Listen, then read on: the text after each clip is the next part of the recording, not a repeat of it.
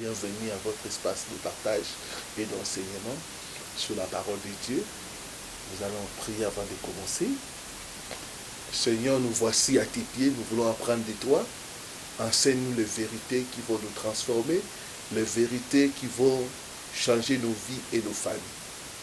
Nous voulons t'écouter, Saint-Esprit de Dieu, utiliser les paroles qui vont sortir pour enseigner, pour instruire, pour édifier ton peuple. Que je sois un simple instrument entre tes mains. Au nom de Jésus. Amen.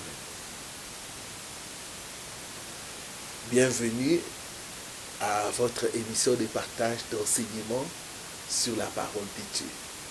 Nous allons parler ce midi ou ce soir, tout dépendant de l'heure à laquelle vous allez nous suivre, sur payer les dettes ancestrales.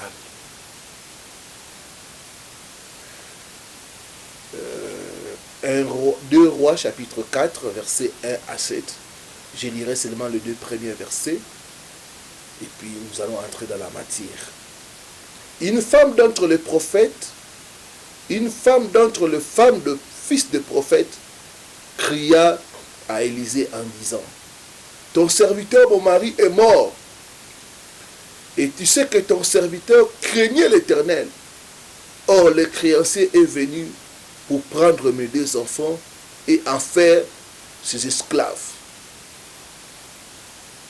Et Élisée lui dit: que puis-je faire pour toi? Dis-moi, qu'as-tu à la maison?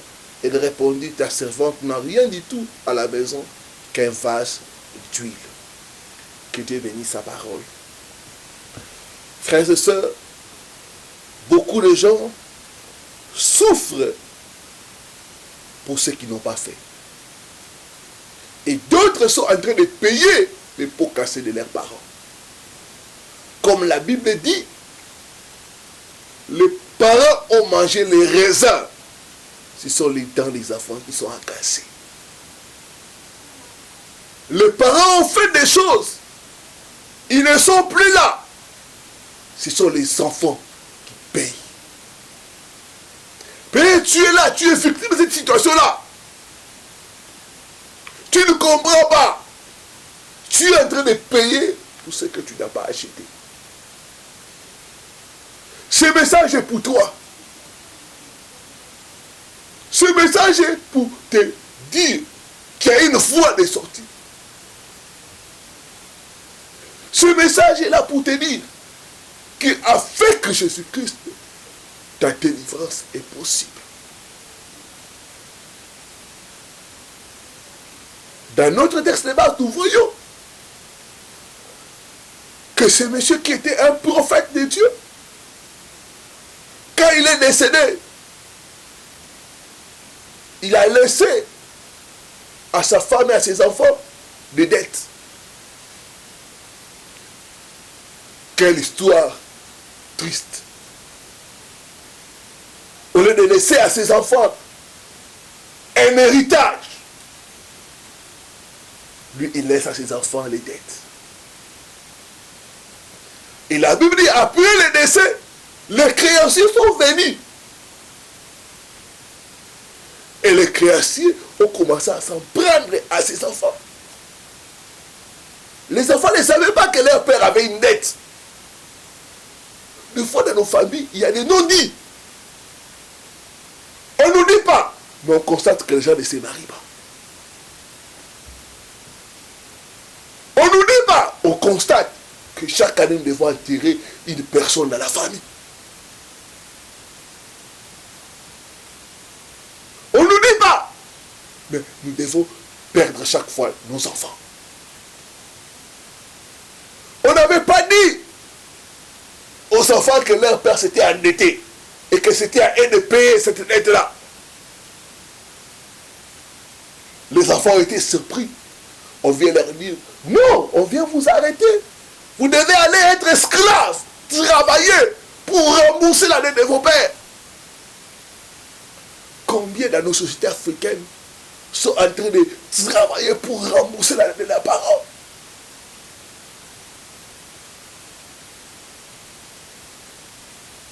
Je vais te dire, mon frère, ma soeur, qu'il y a de l'espoir pour toi. Je suis capable de te libérer. Oh, combien sont esclaves, sont prisonniers à cause de la dette de leurs parents ou de leurs ancêtres. La Bible dit, celui qui emprunte est esclave de celui qui les prête. Beaucoup de fois, nous avons hérité de nos parents des problèmes dans plusieurs domaines. Nos parents ou nos ancêtres nous ont sacrifiés, nous ont hypothéqués, nous ont donné en gage pour avoir le pouvoir, pour avoir la gloire, pour avoir le succès, pour avoir la célébrité ou la fécondité. J'ai partagé avec une soeur. Leur papa, c'était un ancien joueur de léopard. L'époque où ils avaient remporté la Coupe du Monde. Où ils sont allés participer à la Coupe du Monde. Ils avaient remporté la Coupe d'Afrique et ils sont allés participer à la Coupe du Monde. Bien-aimés, comme nous savons, les joueurs, les anciens, jusqu'à maintenant, ont des fétiches de gris-gris. Et ces papas avaient sacrifié l'étoile de leurs enfants. Aucun de ces enfants ne s'est marié. Et aucun de ces enfants n'a réussi dans la vie. Tous, ils sont dans la parcelle que le feu papa avait acheté. Aucun n'arrive à émerger. Que ce soit eux-mêmes, même leurs petits-enfants.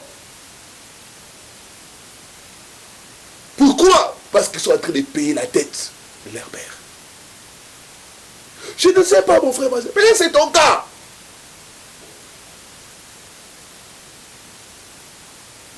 Tu es issu d'une famille où il y a la chefferie. Et tu constates que c'est les parents qui étaient bien. Vous, les enfants, vous êtes en train de souffrir. Vous êtes en train de payer les pots cassés. Le temps est arrivé où nous devons dénoncer ces choses. Nous devons crier à Dieu pour notre délivrance et celle de nos familles.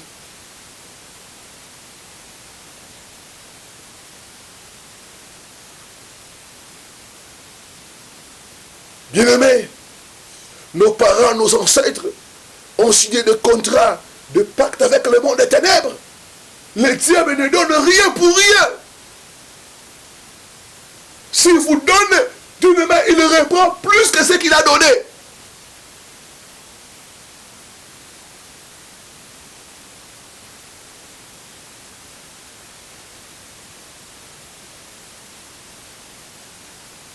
On m'a raconté l'histoire d'une femme qui s'appelait Mujinga. Elle avait des difficultés de se marier et de concevoir. 45 ans durant, 45 ans, pas de mariage, pas d'enfant. Toujours une déception, jusqu'à ce qu'elle a pris la décision de vivre seule.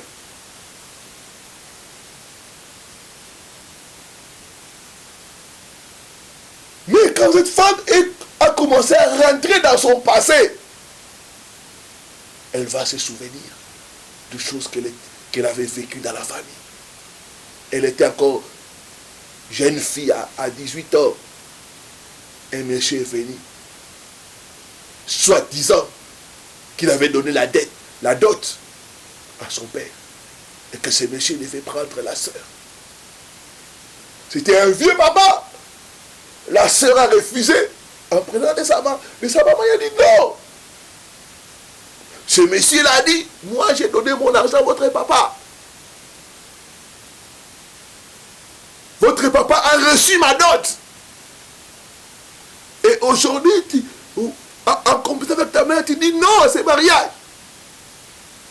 On verra les jours où tu vas te marier. Il y en a qui ne peuvent pas se marier parce qu'on a déjà reçu votre dot dans le monde spirituel. Les parents, les ancêtres ont reçu toutes vos dots. C'est pourquoi dans le physique, vous ne pouvez pas être doté.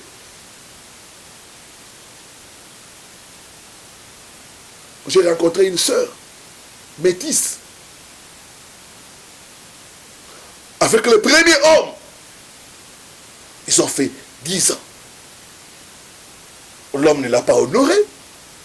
L'homme l'a abandonné comme ça. Elle va prendre encore un autre monsieur, 20 ans. Pas de mariage, rien. Et quand elle a suivi comme tu es en train de suivre, elle a constaté qu'il y avait quelque chose qui n'était pas bien. Et elle regarde comme ça, c'est dans sa famille aussi la même chose. Les femmes ne se marient pas. Je refuse de payer les dettes ancestrales au nom de Jésus-Christ. Mais le temps d'arriver où nous devons dénoncer ces choses. Nous devons renoncer à ces choses. Nous devons dire non, stop à cette situation au nom de Jésus.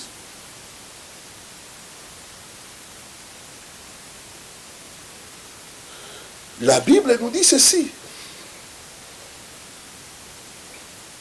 Dans Hébreux chapitre 7, verset 9 à 10, on dit qu'Abraham, quand il avait payé la dîme à Melchisedec, Lévi aussi était inclus dans cet acte-là. On montre aussi que ça, indirectement, Lévi aussi avait payé la dîme à Melchisedec. Pourquoi? Parce que Lévi était dans le rang d'Abraham. Il y a certains actes que nos ancêtres, nos parents ont posés. Nous étions dans leur sein. Nous sommes concernés.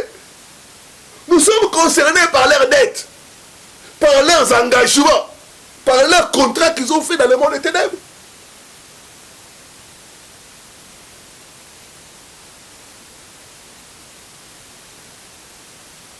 Quand vous prenez d'Abraham à Lévi, il y a 3 générations. Il y a Abraham, il y a Isaac, il y a Jacob. Que dit Exode 20, verset 5? J'ai puni l'iniquité des parents sur les enfants jusqu'à la 3e et à la 4e génération. Beaucoup nous sommes en train de payer les dettes de la 3e ou de la 4e génération. Les dettes à nous devons avoir une colère sainte et dire non, toujours c'est trop. Les choses doivent changer au nom de Jésus. Il a dit, vous connaîtrez la vérité et la vérité vous affranchira. Beaucoup sont en train de combattre comme dans l'ombre, mais ils ne savent pas. Pourquoi les choses sont comme ça pour moi? Pourquoi les choses sont comme ça dans ma famille? Quels sont les signes qui montrent que vous êtes en train de payer une dette ancestrale? Première chose, quand vous payez pour ce que vous n'avez pas acheté, vous souffrez pour ce que vous ne comprenez pas. Beaucoup, vous priez, vous craignez Dieu, vous marchez dans la sanctification. Mais la pauvreté subsiste, le célibat subsiste, le blocage est toujours continué. On m'a raconté l'histoire d'une femme. Elles étaient 5 filles. Elle était la 5e. Les 4 autres se sont mariés et à l'âge de 35 ans sont devenus veuves.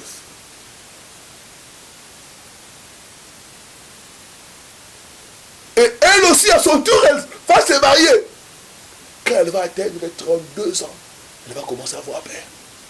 Ah, peut-être je vais subir aussi le même sort que mes soeurs. Elle va dire non. Moi, je vais entrer en prière. Je dois chercher Dieu pour savoir la cause. Les 4 sœurs ne savaient pas. Elles vivaient bien avec leur mari.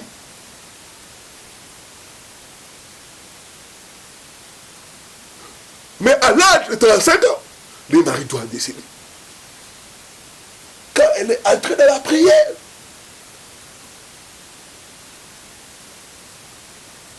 c'est à ce moment-là que Dieu va lui donner la révélation. Qu'il y a des choses qui sont passées dans ta famille. Dans ta famille, on avait fait du mal à une veuve. C'est pourquoi ces mauvais sorts vous suivent.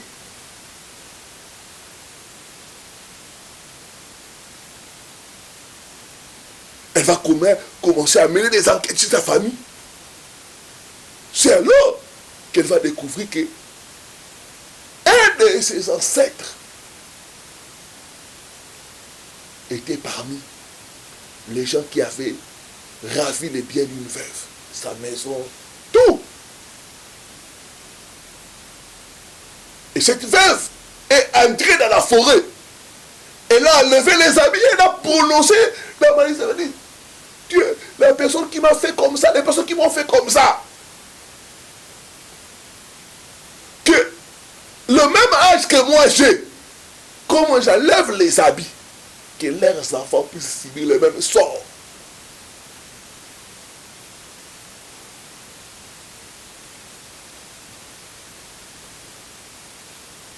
Qu'elle puisse aussi devenir veuve et qu'elle puisse être dépouillée. Je refuse de payer les dettes ancestrales au nom de Jésus. Il fallait qu'elle prenne conscience et qu'elle cherche Dieu. Peut-être c'est ton cas. Tu es en train de souffrir pour ce que tu ne sais pas, pour ce que tu ne comprends pas. Sache qu'il y a une dette ancestrale quelque part. Deuxième chose, quand votre vie est remplie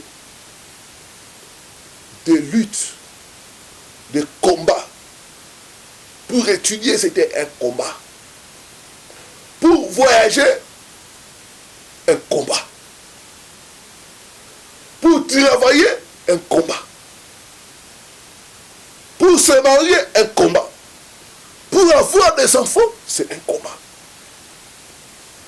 Ce que les autres ont dans la facilité, toi, c'est toujours des combats. Sache que quelque part, il y a une dette ancestrale. J'ai partagé avec une sœur qui m'a suivi comme tu es en train de nous suivre. Elle a eu beaucoup de combats pour voyager. Et après avoir atteint l'Europe, en cours de son voyage, elle va rencontrer un homme. À 40 ans, ils vont se marier tard. Elle s'est mariée tard. Et après, elle va avoir des enfants. Comme si ce n'était pas fini. Quelque temps après, elle découvre que son mari était dans la sorcellerie et que le mari avait initié les enfants dans la sorcellerie.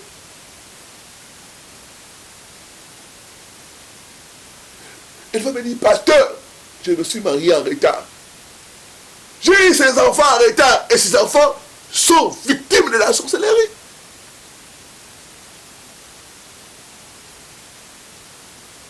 Bien-aimés, quand vous remarquez que votre vie ne fait que des combats, sachez qu'il y a une dette ancestrale quelque part, que vous êtes en train de payer une dette ancestrale.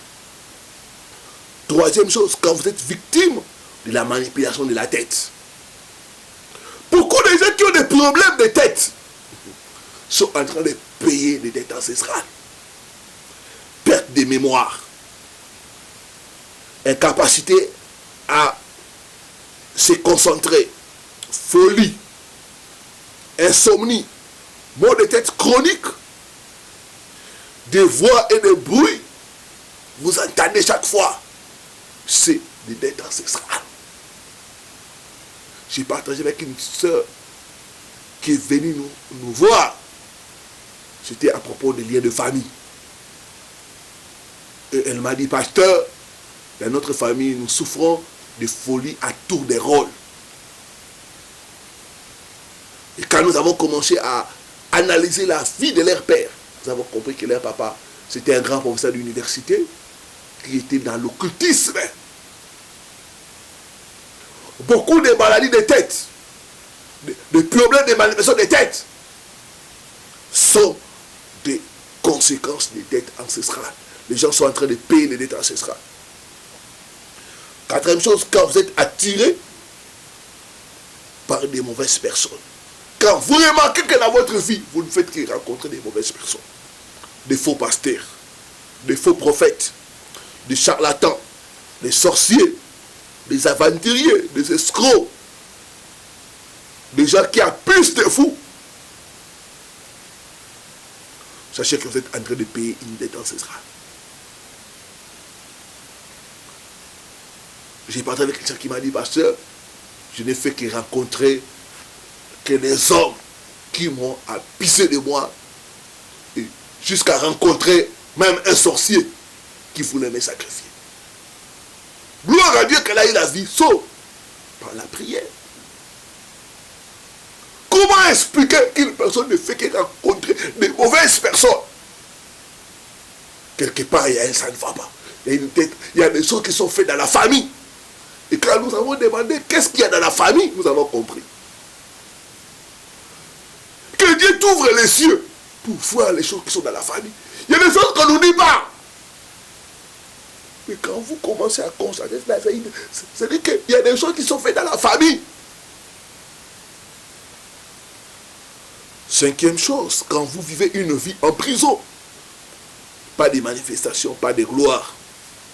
Vous êtes comme dans un conteneur, pas d'air frais. Quand vous subissez le retard dans les bénédictions, comme si vos bénédictions sont confisquées quelque part, sachez que vous êtes en train de payer une dette ancestrale. Quand vos problèmes sont répétitifs, cycliques, et vous regardez, pas seulement toi, mais c'est dans la famille. Il y a des histoires répétées. C'était comme ça avec mon oncle. C'était comme ça avec ma mère. Quand vous avez une série d'histoires comme ça, c'est des dettes ancestrales. Quand vous vivez des échecs constants dans un domaine ou dans un autre, sachez que vous êtes en train de payer les dettes ancestrales. Quelles sont les conséquences? Les conséquences des dettes ancestrales, c'est les réclamations. Le diable ne réclame que ce qu'on lui a donné. Quand vous avez une dette, on finira vous réclamer. Quand vous subissez des réclamations dans plusieurs domaines, sachez que ce sont les conséquences des dettes ancestrales. La poursuite acharnée. Quand quelqu'un est sous des dettes ancestrales, les esprits vont la poursuivre d'une façon acharnée. Dans le rêve, dans la réalité, la personne n'aura pas de repos. Combat sur combat. Parce qu'elle est poursuivie d'une manière acharnée par les forces ancestrales. Il y en a, vous êtes poursuivis d'une manière acharnée par l'esprit de prostitution. Comme j'ai parlé avec une soeur qui m'a dit, pasteur, je suis obligé de vivre dans la prostitution pour ne fût-ce qu'avoir les pains pour manger. Donc, on lui a imposé une vie que chaque fois il fait des efforts pour sortir. Mais quand on a regardé, on a dit que c'était une force qui était venue de la famille.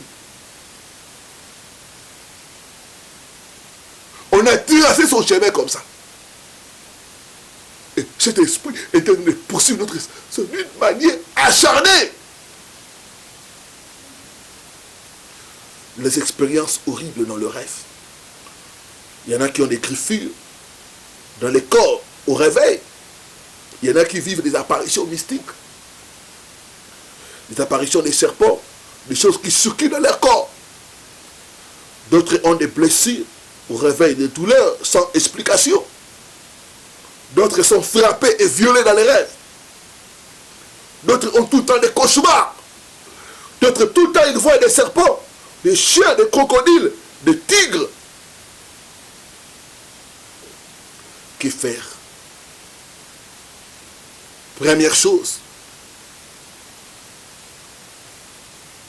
1 Pierre 1, verset 18 à 19, la Bible dit, il nous a rachetés par son sang de la vaine manière de vivre que nous avons hérité de nos pères.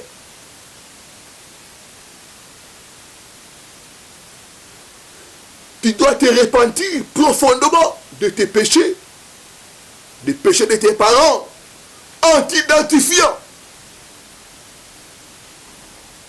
Tu dois t'identifier à leurs mauvaises actions. Cesse de dire que ça ne me concerne pas. Nous voyons Daniel dire, nous avons péché. Nous avons abandonné ta voie. Daniel, dans Daniel chapitre 9, Daniel s'est identifié au péché de ses ancêtres d'Israël. Il s'est répandu à leur nom, demandant la grâce et la miséricorde de Dieu.